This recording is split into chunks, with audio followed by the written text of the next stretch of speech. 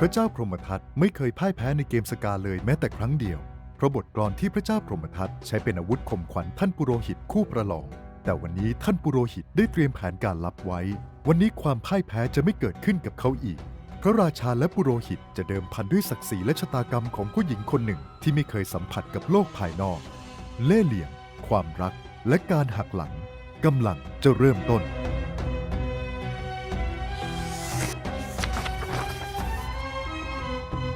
อันทภูตชาดกว่าด้วยหญิงที่เลี้ยงไว้ตั้งแต่อยู่ในครรภ์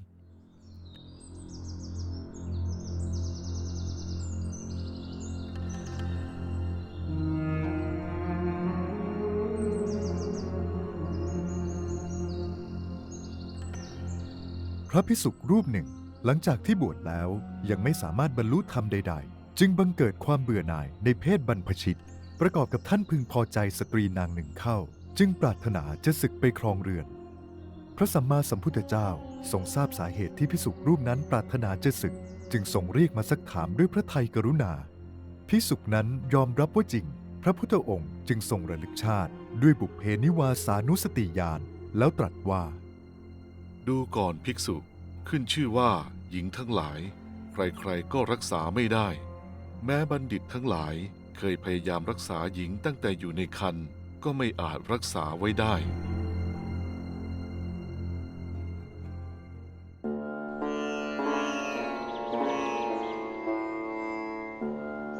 ในอดีตการณเมืองพาราณสี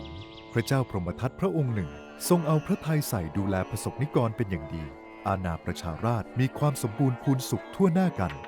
ในยามว่างพระราชาโปรดการทรงสกากับท่านปุโรหิตผู้หนึ่งซึ่งมีฝีมือในการเล่นสกาใกล้เคียงพระองค์แต่ทว่าในการเล่นสกาแต่ละครั้งพระราชามักจะทรงชนะปุโรหิตเสมอโดยทรงมีเคล็ดในการข่มขวัญปุโรหิตด้วยการตรัสเป็นกลอนว่าแม่น้ำทุกสายไหลคดป่าทั้งหมดสำเร็จด้วยไม้หญิงทั้งหลายคงทำชั่วเมื่อได้โอกาสในที่ลับตากลอนบทนี้มีเนื้อความย่ำยีความประพฤติของสตรีอย่างเสียหายเพราะในสมัยนั้นสตรีส่วนมากมีนิสัยเสเพลชอบเที่ยวเตร่คบชู้สู่ชายจนบุรุษทั้งหลายไม่อาจเชื่อถือในความเป็นกุลสตรีของเธอได้สนิทใจท่านปุโรหิตได้ยินกลอนบทนี้ทีไรก็ไม่ค่อยสบายใจทุกครั้งเพราะท่านไม่เชื่อในบทกลอนที่พระราชาตรัสแต่พระราชานั้นเล่าพระองค์ไม่เคยตรัสอะไรเมื่อไม่ทรงแน่พระทัยท่านปุโรหิตจึงลังเลทุกครั้งที่ได้ยินกลอนบทนี้สมาธิในการถอยลูกบาศก์จึงไม่ดีต้องพ่ายแพ้ต่อพระราชาเสมอ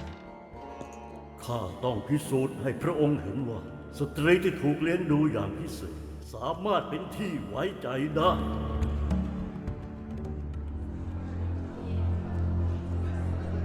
วันหนึ่งท่านปุโรหิตคิดหาทางที่จะพิสูจน์เพื่อลบล้างคำสบประมาทสตรีที่พระเจ้าพรหมทัตตรัสไว้เพราะคิดว่าการที่สตรีทั้งหลายไม่เป็นที่น่าไว้วางใจก็เพราะนางมีโอกาสเที่ยวเตร่มากได้พบปะกับบุรุษไม่เลือกหน้าจิตใจจึงไม่มั่นคงต่อชายเพียงคนเดียว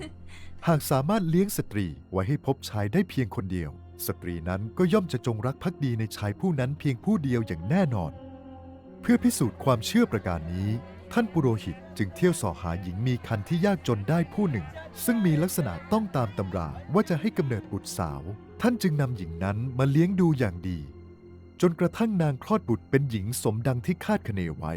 ท่านปุโรหิตจึงได้มอบเงินจำนวนหนึ่งให้นางไปตั้งตัวประกอบอาชีพแล้วรับบุตรสาวของนางมาอุปการะท่านปุโรหิตทนุถนอมทารกหญิงราวแก้วตาดวงใจให้การบำรุงบำเรออย่างดีโดยให้อยู่ในเรือนหลังใหญ่ซึ่งมีซุ้มประตูถึง7ซุ้มมีกำแพงล้นหลั่นกันถึง7ชั้นมีนางทาสีเป็นบริวารดูแลมากมายทุกๆซุ้มประตูจะมียามซึ่งเป็นหญิงคอยดูแลความปลอดภัยและป้องกันมิให้บุรุษอื่นใดเว้นแต่ท่านปุโรหิตเท่านั้นที่จะเข้ามาพบเด็กหญิงน้อยๆผู้นี้ได้เมื่อเด็กน้อยมีอายุย่างเข้าสู่วัยแรกรุ่นก็ได้เป็นภรรยาของท่านปุโรหิตนางเป็นที่รักที่หลงไหลและเป็นความภาคภูมิใจของท่านปุโรหิตยิ่งนักบัดนี้ท่านปุโรหิตสามารถทำให้เกิดมีหญิงที่เป็นกุลสตรีมีสัมพันธ์เพียงชายเดียวได้แล้วท่านปุโรหิตจึงทูลเชิญพระเจ้าพรหมทัตทรงสกาอีกครั้งหลังจากที่เลิกรามาช้านานพระเจ้าพรหมทัตทรงดีพระทัยยิ่งที่ได้ทรงสกากับท่านปุโรหิตอีกทุกครั้งที่ทรงทอดลูกบาศก์พระองค์ทรงร้องบทกลอนเดิมว่า แม่น้ำทุกสายไหลคดป่าทั้งหมดสำเร็จด้วยไม้ หญิงทั้งหลายคงทำชั่วเมื่อได้โอกาสในที่ลับตา แต่คราวนี้ท่านปุโรหิตต่อความขึ้นว่า ยกเว้นมารวิกาของข้าพระพุทธเจ้า พระเจ้าพรหมทัตถึงกับทรงชะงัก พระองค์ทรงแปลกพระทัยอย่างยิ่งโดยทรงคาดไม่ถึงว่าท่านปุโรหิตจะมีถ้อยคำมาต่อท้ายบทกลอนของพระองค์ด้วยท่าทีที่มั่นใจและกระยิมยิ้มย่องเช่นนั้น พระสมาธิของพระองค์จึงไม่มั่นคง วันนั้นพระเจ้าพรหมทัตทรงแพ้สกาอย่างยับเยินและในการทรงสกาครั้งต่อๆมาก็ทรงพ่ายแพ้ทุกครั้งเมื่อท่านปุโรหิตกล่าวคำว่าย กเว้นมารวิกาของข้าพระพุทธเจ้า ทำให้พระองค์ทรงสงสัยนักว่ามารวิกาคือใคร พระเจ้าพรหมทัตจึงมีรับสั่งให้อำมาตย์คนสนิทไปสืบดูว่าใครคือมารวิกาที่ท่านปุโรหิตกล่าวถึง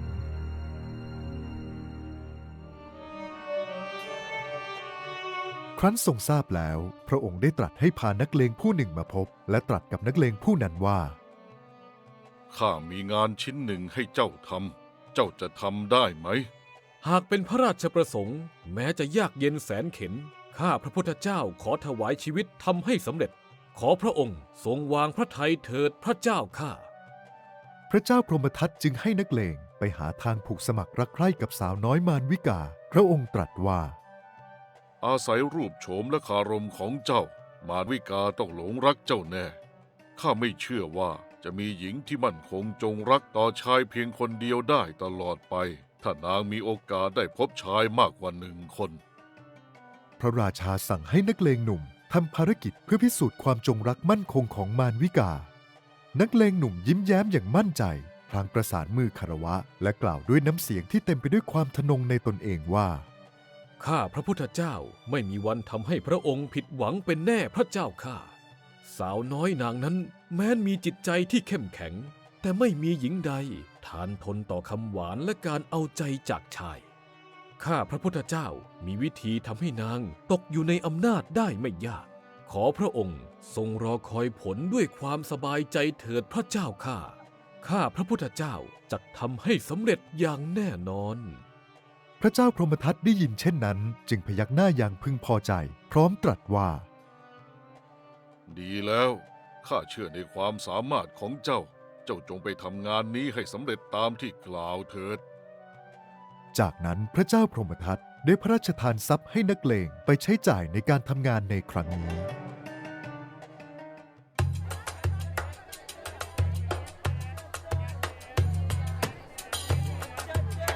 นักเลงหนุ่มวางแผนอย่างแยบยลเขาเปิดร้านขายเครื่องประดับ ดอกไม้ น้ำอบน้ำหอม และของหอมต่างๆ ที่รู้ว่าผู้หญิงมักชื่นชอบ ตั้งอยู่ในทำเลที่เหมาะเจาะใกล้กับบ้านของท่านปุโรหิต เพราะถึงแม้นางมารวิกาไม่เคยออกจากเรือนเลยก็ตาม แต่ก็มีนางทาสีต้นห้องของนางที่เป็นผู้ซื้อของและจัดการทุกอย่างแทนอยู่เสมอ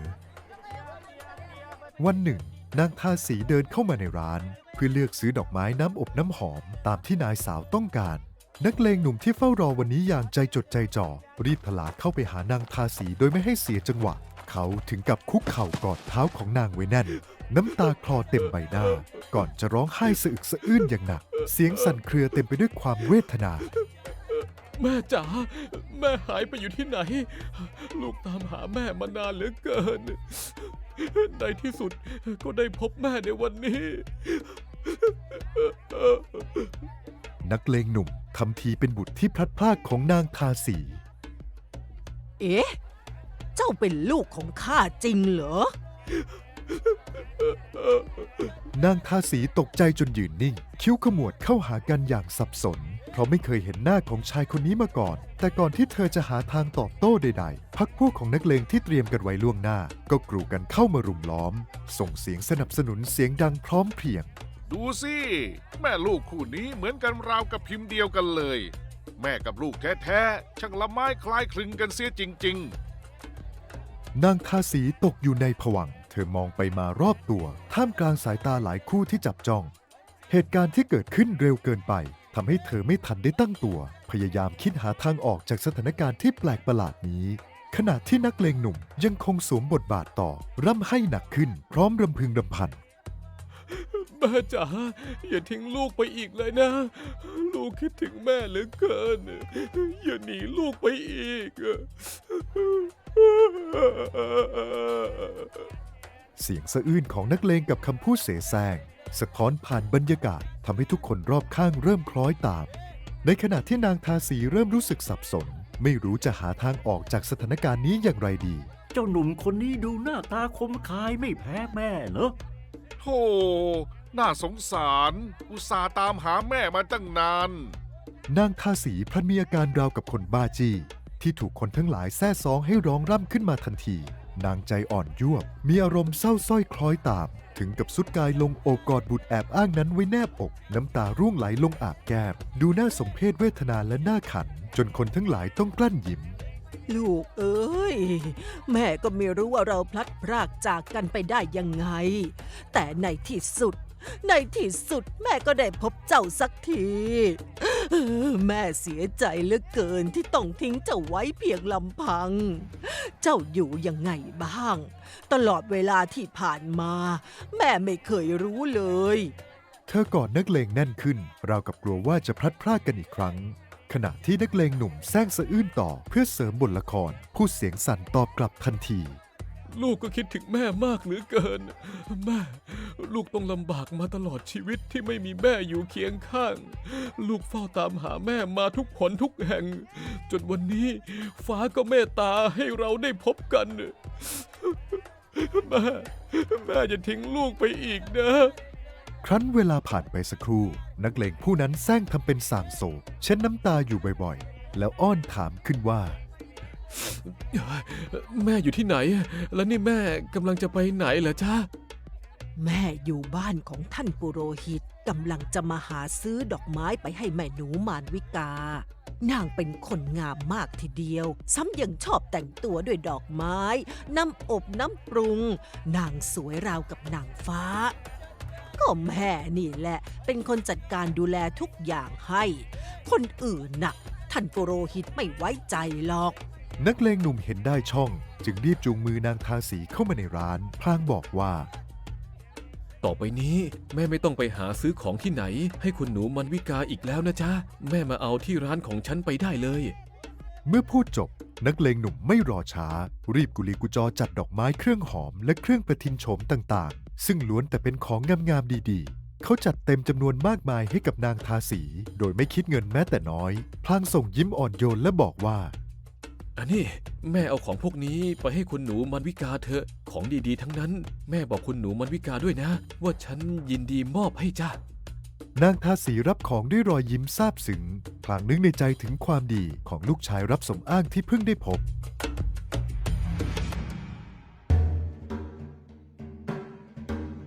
ขณะที่เธอนำดอกไม้และเครื่องหอมกลับไปถึงเรือน นางมารวิกาเห็นของมากมายกว่าปกติ จึงพูดอย่างแปลกใจว่า วันนี้ท่านปุโรหิตใจดีมากเลยนะ ซื้อของมาให้เยอะแยะขนาดนี้ นางทาสีหัวเราะน้อยๆพลางตอบเสียงตื่นเต้น โถเอ้ย ท่านปุโรหิตไม่ได้ใจดีพิเศษอะไรหรอกเจ้าค่ะ แต่เป็นลูกชายของฉันต่างหากที่ให้ของเหล่านี้มา เขาเป็นเจ้าของร้านเองเชียวนะ หน้าตาหล่อเหลานัก พูดจาก็เพราะแล้วยังใจดีอีกด้วย นางพร่ำสรรเสริญลูกชายรับสมอ้างอย่างไม่หยุดยัง้ง นางมารวิกาฟังแล้วก็ยิ้มบางๆ ด้วยความชื่นชม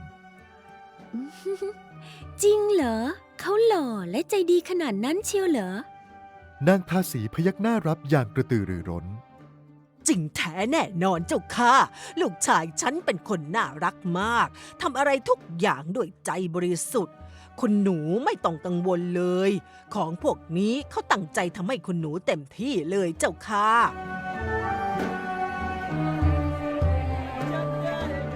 จากวันนั้นเป็นต้นมาทุกครั้งที่นางทาสีได้รับเงินไปซื้อของ เธอก็ตรงไปที่ร้านของลูกชายรับสมอ้างเสมอ และเมื่อเขาจัดสิ่งของให้เกินกว่าความต้องการ นางก็รับไว้ทั้งหมด แถมยังเก็บเงินที่เหลือไว้เองอีกด้วย ไม่เคยคืนให้เจ้านายเลยสักครั้ง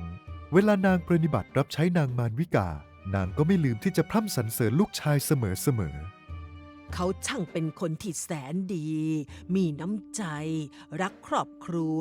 ไม่เคยเห็นใครจะสมบูรณ์พร้อมขนาดนี้ ๆ นางกล่าวด้วยรอยยิ้มทุกครั้งที่พูด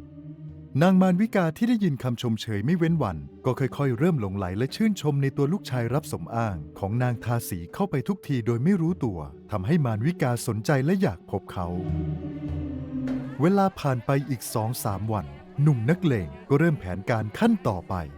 วันนั้นนางทาสีมาถึงร้านไม่พบชายหนุ่มเช่นเคยจึงสอบถามคนรับใช้ครั้นรู้ว่าป่วยก็เข้าไปเยี่ยมถึงห้องนอนลูบหน้าลูบหลังซักถามอาการด้วยความเป็นห่วง ลูกเอ้ย เกิดอะไรขึ้นกับเจ้าล่ะ ทำไมถึงได้ป่วยสมอย่างนี้ แม่เป็นห่วงเหลือเกิน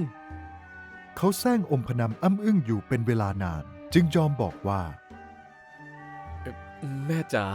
ฉันคิดถึงมันวิกาเหลือเกินเนี่ยชาติเนี้ยถ้าฉันไม่ได้พบนางฉันคงตายแน่ ฉันหมดกระจิตกระใจจะทำมาค้าขายไม่อยากจะอยู่ดูโลกต่อไปอีกแล้วอะ นางทาสีเห็นชายหนุ่มพร่ำเพ้อรำพันถึงมารวิกาเช่นนั้นก็พาซื่อหลงเชื่อ ประกอบกับนางอยากเอาใจชายหนุ่มเพื่อรักษาผลประโยชน์ของตน จึงรับอาสาเป็นแม่สื่อแม่ชักให้ โอ้ย ลูกเอ้ย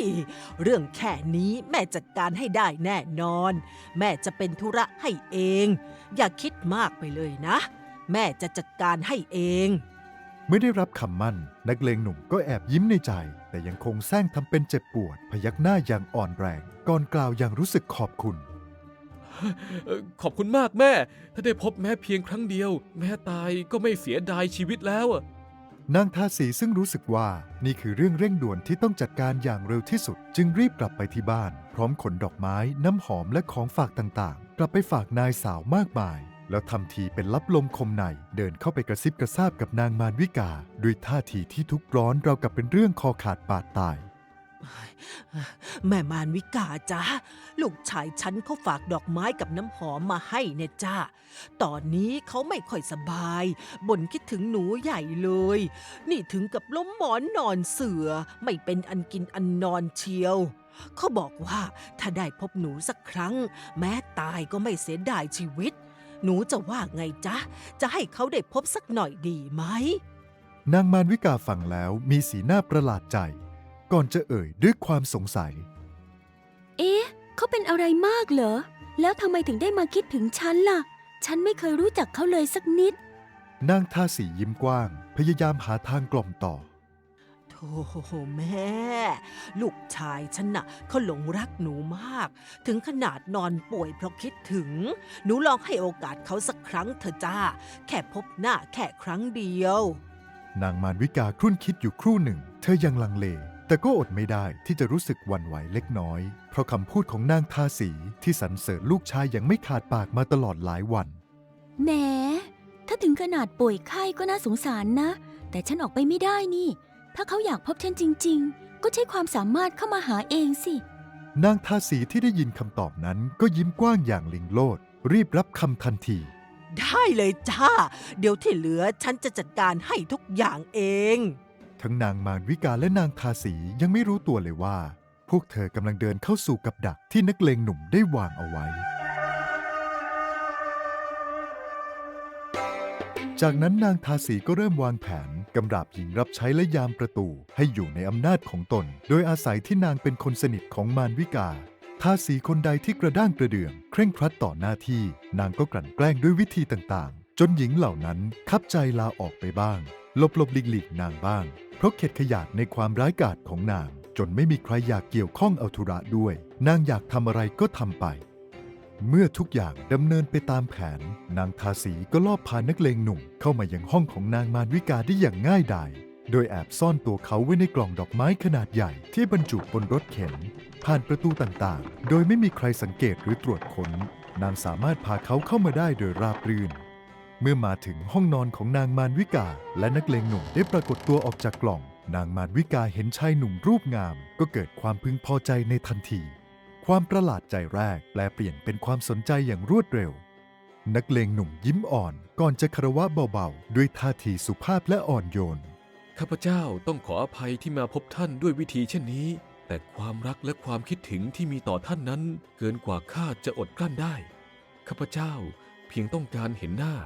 ได้พูดคุยกับท่านสักครั้ง นางมารวิกาเริ่มใจอ่อนเมื่อได้ยินคำพูดอ่อนหวานและเห็นท่าทีที่แสนสุภาพของเขา นางมองชายหนุ่มอย่างสนใจแต่ยังคงสงวนท่าทีอยู่บ้าง ท่านทำไมถึงอยากจะมาพบฉัน นักเลงหนุ่มยิ้มอย่างอ่อนโยนและตอบด้วยน้ำเสียงอ่อนหวาน ข้าพเจ้าเป็นเพียงคนธรรมดาที่หลงรักท่านมาตลอด แม้จะไม่เคยได้พบหน้ากัน ข้าพเจ้าได้แต่เฝ้ามองจากที่ไกลๆและฝันถึงท่านทุกคืนวัน เมื่อข้าพเจ้าได้ยินว่าท่านงดงามเพียงใด ใจข้าก็ไม่อาจทนรออีกต่อไปข้าต้องการพบหน้าท่านสักครั้ง นางมารวิกาที่ได้ฟังเช่นนั้นก็ดูอ่อนลงทันที ความประหม่าเริ่มจางหายไป นางจ้องมองใบหน้าของชายหนุ่มและยิ้มเบาๆ นักเลงหนุ่มสบตานางมารวิกาและค่อยๆเดินเข้าไปใกล้ พลางพูดด้วยน้ำเสียงนุ่มนวลแฝงความห่วงใย ข้าพเจ้ามิปรารถนาอะไรนอกจากความสุขของท่านเท่านั้น หากท่านเพียงแค่ยิ้มและยอมรับความรู้สึกของข้าพเจ้า ข้าพเจ้าก็พร้อมจะปกป้องท่าน ไม่ว่าโลกนี้จะมีอะไรขวางกั้นก็ตาม นางมารวิกาฟังแล้วก็อดยิ้มไม่ได้ หัวใจที่เคยสงวนท่าทีเริ่มหลอมละลายไปกับคำพูดหวานหูของชายหนุ่ม ทั้งคู่พูดคุยและใช้เวลาร่วมกันอย่างอบอุ่น นักเลงหนุ่มหวานล้อมจนครองใจนางได้ ในที่สุดนางมารวิกาก็ตกเป็นภรรยาของนักเลงหนุ่มในคืนวันนั้นเอง เวลาผ่านไปได้2-3 วัน มารวิกาเกรงจะพลาดพลั้งถูกจับได้ จึงตัดใจบอกให้ชายชู้กลับออกไปเสีย ทั้งที่แสนอาลัย นักเลงหนุ่มจึงแซงอิดออดต่อว่าต่อขาน มันวิกาเจ้าสิ้นรักพี่แล้วหรือ จึงพูดเหมือนจะเร่งให้พี่รีบไป อ๋อ ไม่ใช่อย่างนั้นหรอกจ้าแต่หากว่าพี่อยู่หลายวันความต้องแตกแน่ น้องเกรงใครๆจะสงสัย อีกอย่างหนึ่งท่านปุโรหิตมีพรรคพวกมาก มีอำนาจมาก หากท่านรู้เรื่องของเราเข้า เราต้องลำบากแน่ ก็จริงของน้อง แต่พี่แค้นใจนัก ที่จะต้องเสียน้องให้กับเจ้าแก่นั่น อยากจะแก้แค้นมันจริงๆ แต่ไม่รู้ว่าจะทำยังไง ถ้าพี่กลับไปเปล่าๆพี่คงนอนไม่หลับแน่ อย่างน้อยๆได้เขกหัวมันสักโป๊กก็ยังดี ๆ ถ้าแก้แค้นแค่นี้จะไปยากอะไร น้องจะทำอย่างไรล่ะจ๊ะ นางมารวิกาจึงกระซิบกระซาบแผนการของนางให้นักเลงหนุ่มทราบ และแล้วค่ำวันนั้นเอง เมื่อท่านปุโรหิตเข้ามามารวิกาก็เข้าเคล้าเคลียปรนนิบัติยิ่งกว่าเคย พร่ำรำพันถึงความสำนึกในบุญคุณที่ท่านมีต่อนางอย่างล้นเหลือ พลางอาสาขอฟ้อนระบำบำเรอ ท่านปุโรหิตซึ่งมีความหลงไหลในเสน่ห์ของนางเป็นทุนอยู่แล้ว รู้สึกบันเทิงใจยิ่งนัก เขาหยิบพิณขึ้นมาบรรเลงจังหวะเพลงไพเราะนั้นเข้ากับท่ารำอ่อนช้อยของนางมารวิกาอย่างพอดิบพอดี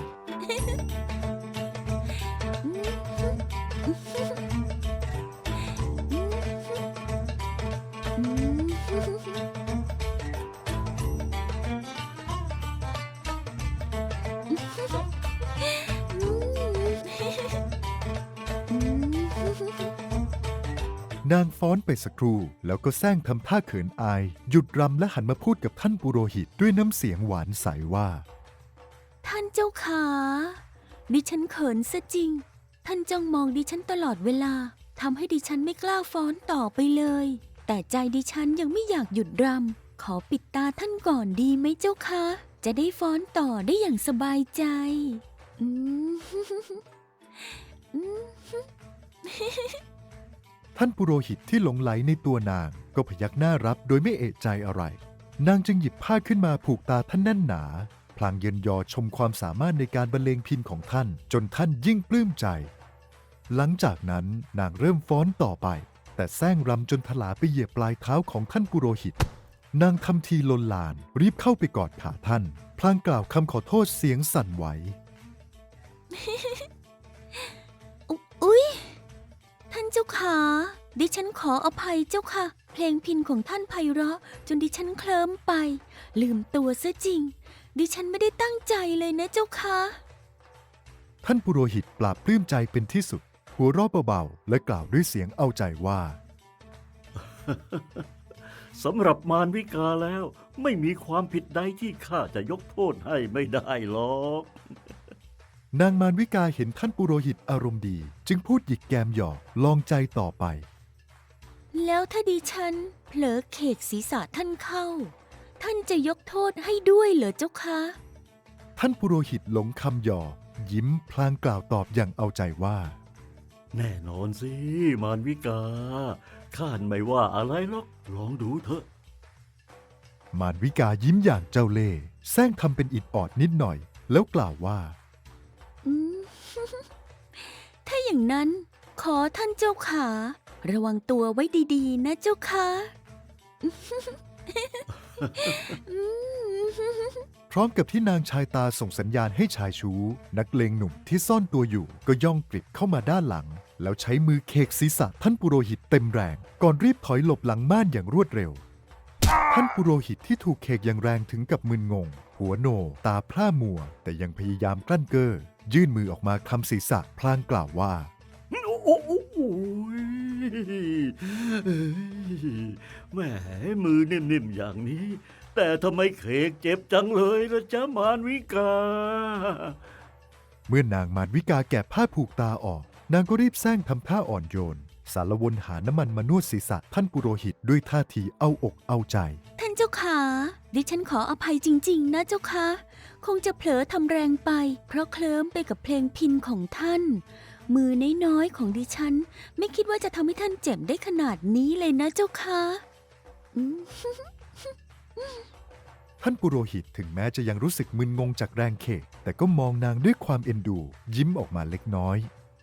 นางนวดศีรษะต่ออีกสักพัก จนเห็นว่าท่านปุโรหิตผ่อนคลาย จึงค่อยๆลอบส่งสัญญาณให้นักเลงหนุ่มชู้รักของนาง ซ่อนตัวออกไปจากบ้าน โดยให้แอบอยู่ในกล่องดอกไม้เช่นเดิม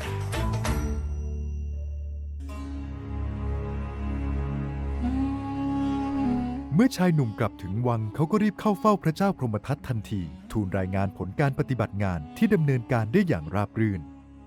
ข้าพระพุทธเจ้าขอถวายรายงานพระเจ้าข้าทุกอย่างเป็นไปตามแผนไม่มีข้อผิดพลาด ท่านปุโรหิตไม่สงสัยเลยแม้แต่น้อย และเขายังเชื่อใจนางมารวิกาเต็มที่พระพุทธเจ้าข้า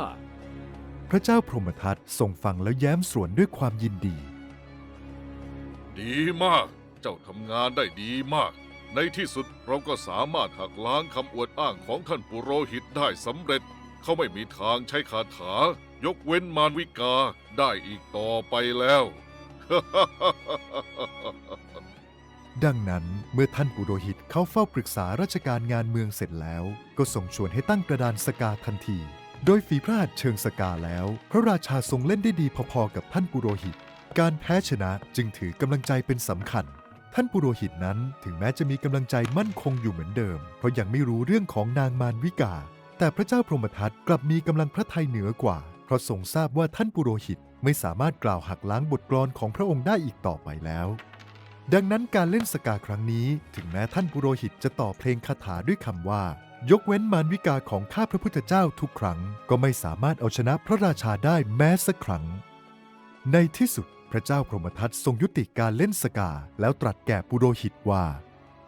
ท่านปุโรหิตท่านยังกล่าวอย่างนั้นอยู่ได้อย่างไร บัดนี้แม้มารวิกาที่ท่านอุตส่าห์เลี้ยงดูมาตั้งแต่อยู่ในครรภ์ปกป้องไว้ในเรือน ซึ่งมีกำแพงถึง7 ชั้น ก็ทำชั่วลามกในที่ลับตาเหมือนกัน ขึ้นชื่อว่าหญิง แม้ชายเอาใส่ไว้ในท้องก็รักษานางไว้ไม่ได้ มารวิกาเอาผ้าผูกตาท่านแล้วฟ้อนรำแต่กลับใช้ชายชู้เขกศีรษะของท่าน คราวนี้ท่านจะกล่าวว่ายกเว้นมารวิกาได้อย่างไร ปุโรหิตได้ฟังเช่นนั้นก็รู้สึกเจ็บปวดยิ่งหนัก รีบกราบบังคมลากลับบ้านทันที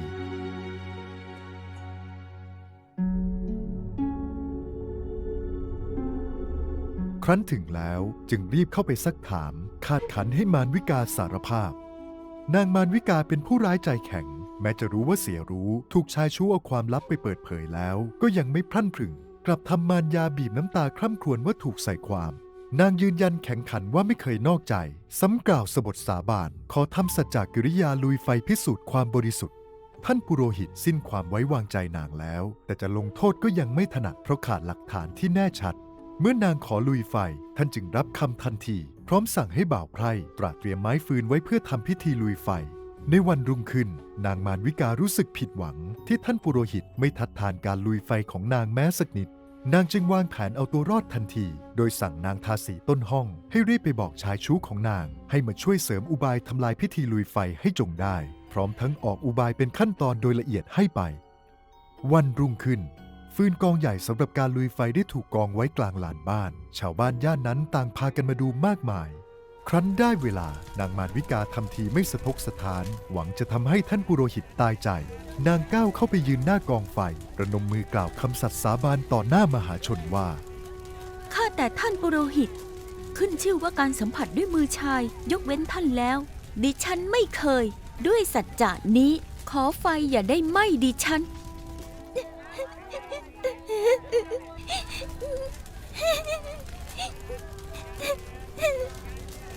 ว่าแล้วก็ทำท่าจะเดินเข้ากองไฟท่านใดนั้นชายชู้ซึ่งนัดแนะกันก็ถลันเข้ามายืนหน้ากลุ่มคนพลางประกาศว่า ท่านทั้งหลายดูเอาเถิด ท่านปุโรหิตผู้นี้ใจร้ายนัก ยอมให้ภรรยาผู้งดงามลุยไฟได้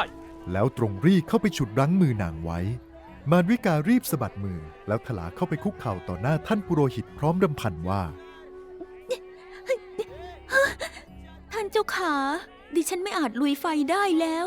ดิฉันตั้งสัตย์อธิษฐานว่าเว้นแต่มือท่าน ดิฉันไม่เคยสัมผัสมือชายอื่นเลย แต่เมื่อกี้ชายคนนั้นไม่รู้ความมาจับมือดิฉันซะแล้ว ฮ่าฮ่าฮ่ามารวิกาเอ๋ย เจ้าช่างมีมารยามากเหลือเกิน ทำผิดแล้วยังกล้าสะบดสะบานโกหกหลอกลวงได้ตลอดเวลา จนดูไม่ออกเลยว่าเมื่อไรพูดจริงเมื่อไรพูดเท็จ คนอย่างเจ้าข้าไม่ขอเลี้ยงไว้ให้เปลืองเข้าสุกอีกต่อไปแล้ว จงรีบออกจากบ้านของข้าไปเดี๋ยวนี้ มารวิกาจึงต้องออกจากเรือนที่เคยอยู่มาแต่อ้อนแต่ออกต้องตกระกำลำบากระเหเร่ร่อน เพราะความไม่จริงใจของนางนั่นเอง จากนั้นพระพุทธองค์ตรัสอริยสัจสี่เพิ่มเติมเป็นอเนกปริยายพระภิกษุนั้นสามารถประคองใจให้หยุดนิ่งเป็นพระโสดาบันในขณะนั้นเอง พระพุทธองค์ทรงประชุมชาดกว่าพระเจ้าพรหมทัตในครั้งนั้นได้มาเป็นพระองค์เอง พระสัมมาสัมพุทธเจ้าได้ทรงแสดงธรรมเรื่องนี้เพื่อโปรดพระภิกษุผู้กำลังมีความกระสันอยากศึกด้วยพระเมตตายิ่ง พระองค์ได้นำเรื่องราวในอดีตชาติของพระองค์เองมาเล่าเพื่อแสดงให้เห็นว่าการผิดพลาดในชีวิตนั้นเกิดขึ้นได้กับทุกคนแม้แต่พระองค์เอง พระพุทธองค์มุ่งหวังที่จะชี้นำให้พระภิกษุได้เห็นถึงความจริงของวัฏฏะสงสารและตระหนักถึงผลแห่งการกระทำทั้งนี้ก็เพื่อให้ภิกษุท่านนั้นเกิดความเข้าใจในธรรมจนสามารถละกิเลสและบรรลุธรรมได้ นี่คือหัวใจของผู้เป็นครูบาอาจารย์ที่แท้จริงผู้ที่พร้อมจะใช้ความเมตตาและปัญญาเพื่อมุ่งหวังประโยชน์สูงสุดแก่สิทธิ์ของตนนำทางพวกเขาให้พ้นจากทุกข์และบรรลุสู่ความสงบสุขแห่งจิตใจตามแนวทางแห่งพระธรรมในการเวียนว่ายตายเกิดอันยาวนานเราทุกคนย่อมเคยทำผิดพลาดเพราะยังมีกิเลสครอบงำใจบ่อยครั้งที่เราทำสิ่งต่างๆเพียงเพื่อสนองความต้องการของตนเองโดยไม่คำนึงถึงความถูกผิดซึ่งมักนำมาซึ่งผลเสียที่เกินคาดบทเรียนจากเรื่องนี้เรื่องราวของพระเจ้าพรหมทัตและปุโรหิตเป็นตัวอย่างที่ดีทั้งสองทุ่มเททุกวิถีทางเพื่อเอาชนะในการเล่นสกาแม้ต้องละทิ้งศีลธรรมและคุณธรรมการหมกมุ่นกับชัยชนะโดยไม่คำนึงถึงผลเสียนำมาซึ่งความทุกข์แก่ทุกฝ่ายในวัฏสงสารการกระทำทุกอย่างมีผลเสมอเพียงแต่ผลนั้นจะปรากฏช้าหรือเร็วเท่านั้นเปรียบเสมือนการหว่านเมล็ดพันธุ์หว่านเมล็ดแห่งกุศลคือความดีได้ผลเป็นความสุขหว่านเมล็ดแห่งอกุศลคือความชั่วได้ผลเป็นความทุกข์แนวทางปฏิบัติในชีวิตประจำวันเพื่อนำพาชีวิตให้ปลอดภัยในวัฏสงสารคือ 1. มีสติในการกระทำก่อนทำสิ่งใดให้คิดถึงผลที่จะตามมาทั้งในระยะสั้นและระยะยาว 2. ฝึกการให้เริ่มจากเรื่องเล็กๆเช่นยิ้มให้กับคนรอบข้างหรือช่วยเหลืองานเล็กๆน้อยๆ 3. รักษาศีลเริ่มจากศีล 5 ข้อเป็นพื้นฐานเช่นไม่ฆ่าสัตว์ไม่ลักทรัพย์ไม่ประพฤติผิดในกามไม่โกหกและไม่ดื่มสุราเมรัย 4. ฝึกสมาธิแม้เพียงวันละ 5-10 นาทีก็ช่วยให้จิตใจสงบขึ้นได้ 5. พัฒนาปัญญาหมั่นศึกษาธรรมะและนำมาปรับใช้ในชีวิตจริงการดำเนินชีวิตตามแนวทางนี้จะช่วยให้เราค่อยๆหลุดพ้นจากวงจรทุกข์ในวัฏสงสารและพบกับความสุขที่แท้จริงตามคำสอนของพระพุทธองค์